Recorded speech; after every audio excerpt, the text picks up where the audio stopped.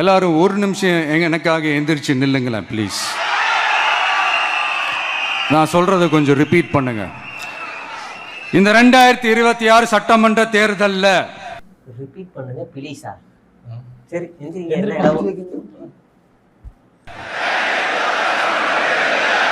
நாம எல்லாரும் உண்மையாக உழைப்போம், சத்தியமாக உழைப்போம், உறுதியாக உழைப்போம், ஒற்றுமையாக உழைப்போம்.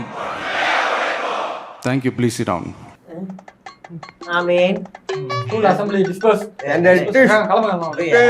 உறுதிமொழியில் கூட வாயில வர மாட்டேங்குதே. இல்ல நம்ம அண்ணன் அவர்கிட்ட சொல்லுதா 2026 என்னை முதலமைச்சர் ஆகுவேன் என்று, அதற்கு எத்தனை குடிசைகளை வேண்டாலும் கொடுத்துவேன் என்று உறுதி. அப்படி கூட சொல்லலாம். அவர் வந்து சொல்லி சொல்லி பழகி போச்சுப்பா. அதான் முதல்ல சொல்றாரு. இதுக்கப்புறம் சொல்லி சொல்ல பழகிறோம். இவ்வளவு நாள் இதை நாம மட்டும்தான் சொல்லிக்கிட்டு இருந்தோம். இப்ப கொஞ்சம் கொஞ்சமா அதை வெளியில சொல்ல ஆரம்பிக்கிறாங்க.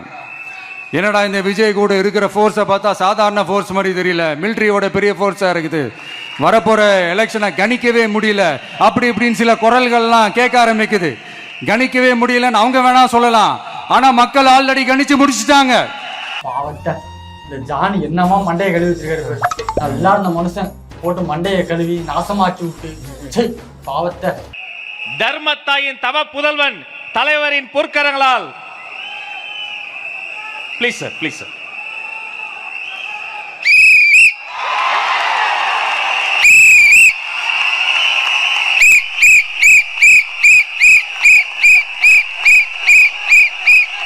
தம்பி அது ஏன் கார் அரங்கத்துக்குள்ள ஏன் அப்படி வெளியே போங்க பாரு.